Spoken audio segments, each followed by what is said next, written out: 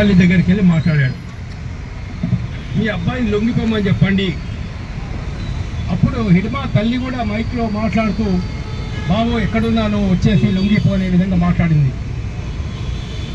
అంటే హిడ్మాని కానీ హిడ్మా గ్రూపును కానీ ఎప్పుడు పట్టుకున్నారు?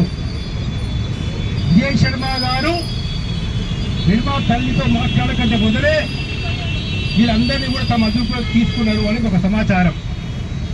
తర్వాతనే వెళ్ళి ఆయన హిడ్మా తల్లితో మాట్లాడాడు అని ఒక సమాచారం. ఇది ఎంతవరకు కరెక్ట్? రెండో విషయం ఏదైతే ఉందో, ఒక అరెస్ట్కు ప్రొసీజర్ ఉంటుంది.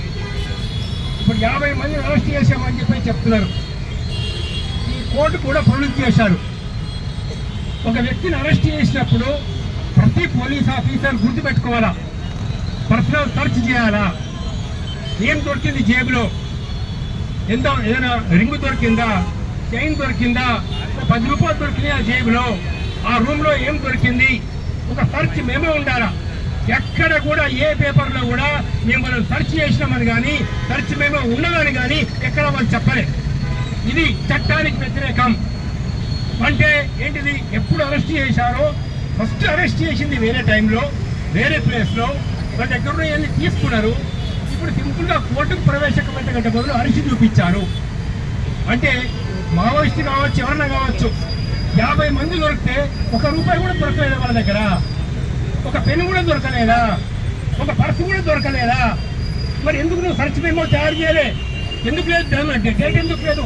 ఒక డేట్తో సర్చ్ మెమో తయారు చేయాల్సిన అవసరం ఉందనుకో. కాబట్టి ఏంటంటే ఒక మొత్తం అందరినీ కూడా పట్టుకొని, చాలామంది అనుకున్నది ఏంటంటే వీళ్ళలో ఎవరెవరికి చరిత్ర ఏముంది అని కాస్త గమనించి ఎవరెవరిని కాల్చి చంపాలో డిసైడ్ చేసుకొని వాళ్ళకు సెపరేట్ గ్రూప్గా తీసుకెళ్ళి ఫస్ట్ 6 కాల్చి చంపేసినట్లు అనుమానం. వాళ్ళ సెక్యూరిటీ వాళ్ళట. ఇప్పుడు సెకండ్ టైం చనిపోయింది, రెండో రోజు చనిపోయింది ఎవరు? హిడ్మా సెక్యూరిటీ గార్డ్, ఇంకొకరు సెక్యూరిటీ గార్డ్. అరే లీడర్ని నువ్వు పట్టుకున్నావు, సెక్యూరిటీ గార్డును వదిలిపెడతావా? అప్పుడు దొరకలేదా నీకు? వాళ్ళని తీసుకెళ్ళి మళ్ళీ వేరే సెపరేట్గా ఉంచి రెండో రోజు 7గురిని నేను ఎన్కౌంటర్ చేసినామని చెప్పి చెప్తా ఉన్నారు. కాబట్టి ఇదంతా ఒక అనుమానాస్పదంగా ఉన్నది. ఏం జరిగిందనే అనుమానాస్పదంగా ఉంది. దీని మీద న్యాయ విచారణ జరపాల్సిందే. ఖచ్చితంగా న్యాయ విచారణ జరిపితే ఏం జరిగిందనే తెలుస్తుంది. ఒక విషయం ఏంటంటే రియల్ ఎన్కౌంటర్ కనుక జరిగితే, ఇందాక మన రాజగోపాల్ గారు చెప్పిన వాళ్ళు ఫారెస్ట్లో వీళ్ళు ఫారెస్ట్లో ఉన్నారు, వాళ్ళు కాల్పులు జరుపుతున్నారు, వీళ్ళు కాల్పులు జరుపుతున్నారు అంటే సాధారణంగా ఏం జరుగుతుందంటే అక్కడ నుంచి బుల్లెట్లు వస్తాయి, ఇక్కడ నుంచి బుల్లెట్లు వస్తాయి, ఎవరో ఒక్కరిద్దరన్నా ఇక్కడ గాయపడే సంఘటన ఉంటుంది. ఫస్ట్ 6 ఎన్కౌంటర్ చేశారు, సెకండ్ 7 ఎన్కౌంటర్ చేశారు. ఈ ఒక్క బుల్లెట్ కూడా నక్సలైట్ నుంచి వచ్చి అక్కడ ఎవరికి దాకలే, ఏ చెట్టుకు దాకలే, ఏ కొమ్మకు దాకలే, ఎక్కడ కూడా దాకలేదు. ఎక్కడ మరి ఏం జరిగింది అనేది చాలా అనుమానాలు రేకెత్తించే పరిస్థితి ఉన్నది. కాబట్టి దీని మీద ఒక న్యాయ విచారణ జరగాలని చెప్పేసి మేము కోరుతా ఉన్నాం. రెండవది, మేము ఒక శాంతి చర్చల కమిటీ ఫామ్ చేసినాము. శాంతి చర్చల కమిటీ నుంచి మేము స్పష్టంగా ఒక విషయం చెప్పినాం. ఏంటనంటే ఇది డెమోక్రసీలో కేంద్ర ప్రభుత్వాలు గతంలో అనేక మందితో ఒప్పందాలు చేసుకున్నాయి. గూర్ఖాలో వచ్చింది, గూర్ఖాల్యాండ్లో, అస్సాంలో, మణిపూర్లో అనేక చోట్ల తీవ్రవాదులు వచ్చారు, తుపాకులు పట్టుకున్నారు, వాళ్ళ సైన్యాన్ని తయారు చేసుకున్నారు. వాళ్లకు వీళ్ళకు పోరాటాలు జరిగినాయి. బార్డర్లో నేపాల్లో కూడా జరిగినాయి పోరాటాలు. అక్కడ ఏంటంటే వాళ్ళందరితో కూడా కేంద్ర ప్రభుత్వం చర్చించింది. వాళ్ళందరితో చర్చలు జరిపి ఒప్పందాలు చేసుకున్నారు. చాలా మంది సహజ పోరాటాన్ని నిర్మించి బయటకు వచ్చారు. ఇక్కడ మావోయిస్టులతో కూడా మీరు చర్చలు జరపండి అని మేము చాలా స్పష్టంగా చెప్పినాం. అయితే మీరు ఎంత మాత్రం కూడా చర్చలు జరపడానికి సిద్ధంగా ముందుకు రాలేదు. అమిత్ షా ముందుకు రాలేదు, లేదా మరొక హోంమంత్రి ముందుకు రాలేదు. మీరు సరెండర్ అవ్వండి అనేది ఒక మాట చెప్పడం తప్పించి మేము చర్చిస్తాము, చర్చించి మాట్లాడతాము. మరి చర్చిస్తే వాళ్ళేం సమస్యలు చెప్పేవాళ్ళు, అక్కడ ఆదివాసుల సమస్యలు ఏంటి, ఫారెస్ట్ సమస్య ఏంటి, ఆ ఫారెస్ట్ ఇప్పుడు ఎకరా భూమి, ఎకరా ఫారెస్ట్ ల్యాండ్ మరి అదానికి ₹1 ఇచ్చారు. ₹1 అగ్రిమెంట్. ₹1 ఎకరా భూమి చొప్పున ఇక్కడ దాదాపు 1600 ఎకరాల భూమిని, అంటే కొన్ని కోట్లు, దాదాపు 200 కోట్లు 300 కోట్ల విలువ వేసి ఖనిజాలు ఉన్నటువంటి ఒక ప్రాంతాన్ని ఒక వ్యక్తికి, అదానికి ₹1 చొప్పున సంవత్సరానికి రెంట్ చొప్పున ఇచ్చేసి అగ్రిమెంట్ చేసుకున్నారు. 30 ఏళ్ళకు అగ్రిమెంట్. అంటే ఏం జరుగుతుంది అంటే భూమి లోపల ఉన్నటువంటి ఖనిజాలన్నీ కూడా కార్పొరేట్ కంపెనీలకు ఇవ్వాలనేటువంటి ఒక దుర్మార్గమైన కుట్రలో భాగంగా వీళ్ళందరినీ ఖాళీ చేయించాలి, అక్కడ ఈ భూములన్నీ కూడా వాళ్ళకి ఇచ్చేసేయాలా పెద్ద పెద్ద కంపెనీ వాళ్ళకు అని ఒక కుట్రపూరితంగా జరుగుతున్న విషయం. మిత్రులారా, ఒక విషయం దయచేసి మీరందరూ కూడా ఆలోచించండి. ఎందుకు స్వతంత్రం వచ్చింది? మనం భగత్ సింగ్ ఏం కోరుకున్నాడు? చంద్రశేఖర్ ఆజాద్ ఏం కోరుకున్నాడు? మహాత్మా గాంధీ ఏం కోరుకున్నాడు?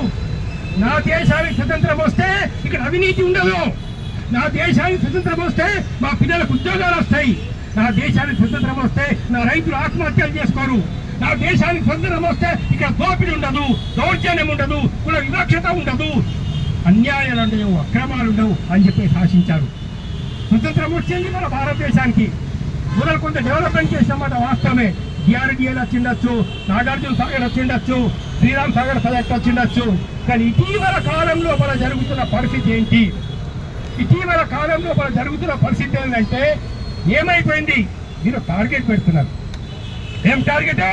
మార్చి 26కు మేము నక్సలైట్లు లేకుండా చేస్తామని ఒక టార్గెట్ పెడుతున్నాడు. అయ్యా మోడీ గారు, అమిత్ షా గారు, ఒక టార్గెట్ పెట్టావయ్యా. దేశంలో అవినీతి లేకుండా చేస్తాను టార్గెట్ పెట్టా. నీకు దమ్ముంటే దేశంలో నిరుద్యోగం లేకుండా చేస్తాను టార్గెట్ పెట్టు. దేశంలో కల్తీ లేకుండా నేను చేస్తానని చెప్పు. దేశంలో రైతుల ఆత్మహత్యలు లేని సమాజం తీసుకొస్తానని చెప్పు. అవినీతి లేని ఒక పరిపాలన తీసుకొస్తానని చెప్పు. దానికి టార్గెట్ పెట్టావు నువ్వు. దానికి టార్గెట్ పెట్టే అవకాశం లేదు. రైతులు ఆత్మహత్య చేసుకుంటున్నారు. గత 10 సంవత్సరాలు 3,60,000 మంది రైతులు ఆత్మహత్య చేసుకున్నారు. పర్ డే ఇవాళ రోజుకు 30 మంది రైతులు ఆత్మహత్య చేసుకుంటున్నారు. ఎందుకు తెలుసా? ఇవాళ పత్తికి ఒక క్వింటాల్కి మినిమం సపోర్టింగ్ ప్రైస్ 10,000 ఉండాలా. కానీ 10,600 ఉండాల్సింది ఇవాళ సెంట్రల్ గవర్నమెంట్ 7,600 డిసైడ్ చేసింది. 300 తక్కువ సెంట్రల్ గవర్నమెంట్ డిసైడ్ చేసింది. ఇంకొక ద్రోహం ఏంటంటే రైతాంగం చేస్తున్న ద్రోహము, విదేశాలకు వెళ్ళి పత్తి ఎగుమతికి పర్మిషన్ ఇచ్చేసింది. ఎట్లా పర్మిషన్? 11% ఏదైతే ఉండదో ఇంపోర్ట్ ట్యాక్స్ తీసేశారు. ఏం జరుగుతుంది? మొత్తం దేశంలో ఉన్న రైతాంగం కూడా ఇవాళ అప్పుల్లో ఉన్నటువంటి రైతులకు పంటల గిట్టుబాటు ధర రాదు. పత్తి అమ్ముకోలేం, మనం విదేశాల పత్తి కొనుక్కోవాలా. మరి ఏం జరుగుతుంది దేశం లోపల? ఎవరికి పనిచేస్తోంది మోడీ గవర్నమెంట్? ఎవరికి లాభం చేస్తోంది మోడీ గవర్నమెంట్? ఎవరి ఆస్తులు పెరుగుతున్నాయి ఇక్కడ? అదానికి ఎంత పెరిగింది, అంబానీకి ఎంత పెరిగింది? ఏం జరుగుతున్నది దేశంలో? ఇది వాళ్ళు ఆలోచిస్తలేరు ప్రజలు. మరి నాకు నిరుద్యోగం ఉంది, నా పిల్లలకు చదివి ఇవ్వాలా, ఉచిత విద్య ఇవ్వాలి, ఇది రాజ్యాంగం చెప్తున్నది. ఉచిత వైద్యం ఇవ్వాలి, రాజ్యాంగం చెప్తున్నది. ఇక్కడ ప్రజల జీవన పరిస్థితులు మరి మెరుగుపరచాలా, ఇది రాజ్యాంగం చెప్తున్నది. జాబ్ సెక్యూరిటీ ఇవ్వాలా, ఇది రాజ్యాంగం చెప్తున్నది. జాబ్ సెక్యూరిటీ లేదు, ఉచిత విద్య లేదు, ఉచిత వైద్యం లేదు. మొత్తం కార్పొరేట్ కంపెనీలకు లాభం చేసే పరిస్థితి జరుగుతుంది. కాబట్టి మిత్రులారా, ఈరోజు దేశంలో ప్రజాస్వామ్యం కాపాడలేదంటే ప్రజల యొక్క కేంద్ర ప్రభుత్వం అయితే నిరంకుశ వైఖరి అవలంబిస్తున్నదో, మీసా తీసుకురావడము, నాసా తీసుకొని రావడము, దాని తర్వాత సిబిఐని, రకరకాల సంస్థల ద్వారా ప్రజాస్వామ్యాన్ని కోరే వాళ్ళ మీద కేసులు పెట్టి, ఉపా కేసులు పెట్టి, మరో కేసులు పెట్టి, వాళ్ళు నిర్బంధం చేసి, భయపెట్టి, బెదిరించి ఇవాళ ప్రశ్నించే వాళ్ళని ఇవాళ లోపల పెట్టాలని చెప్పేసి ప్రభుత్వం చూస్తుంది. ఇలా డెమోక్రసీ అంటే ఇదేనా? డెమోక్రసీ అంటే ఏం జరుగుతున్నది? ఒక్క నిమిషం ఆలోచించండి మిత్రులు, ఒక్క నిమిషం.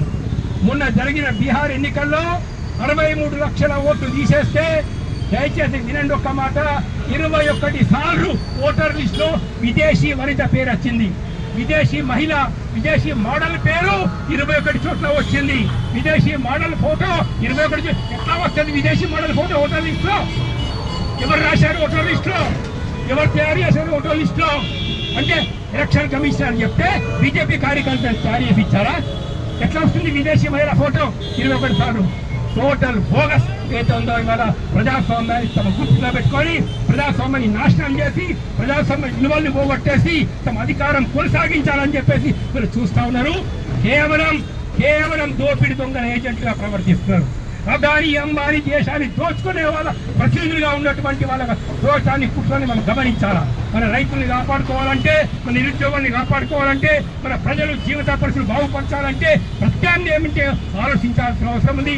దానికి వామపక్ష శక్తులన్నీ కూడా ప్రజలందరూ కూడా ఐకమత్యమై మా సమస్య కారణం ఏంటి తెలుసుకొని ఒక నూతన సమాజం కోసం, ఏ రాజకీయ స్వతంత్రం కోసం మనం పోరాడామో, ఏ సోషలిస్ట్ సమాజం కోసం స్వతంత్ర సమరం జరిగిందో అలాంటి ఒక సమాజం, ఒక నూతన సమాజం, దోపిడీ లేని సమాజం, నిరుద్యోగం లేని సమాజం, ఆకలి బాధ లేని సమాజం రావడం కోసం మనందరం కన్ను కట్టుకొని పోరాడాలని చెప్పి చెప్తారు.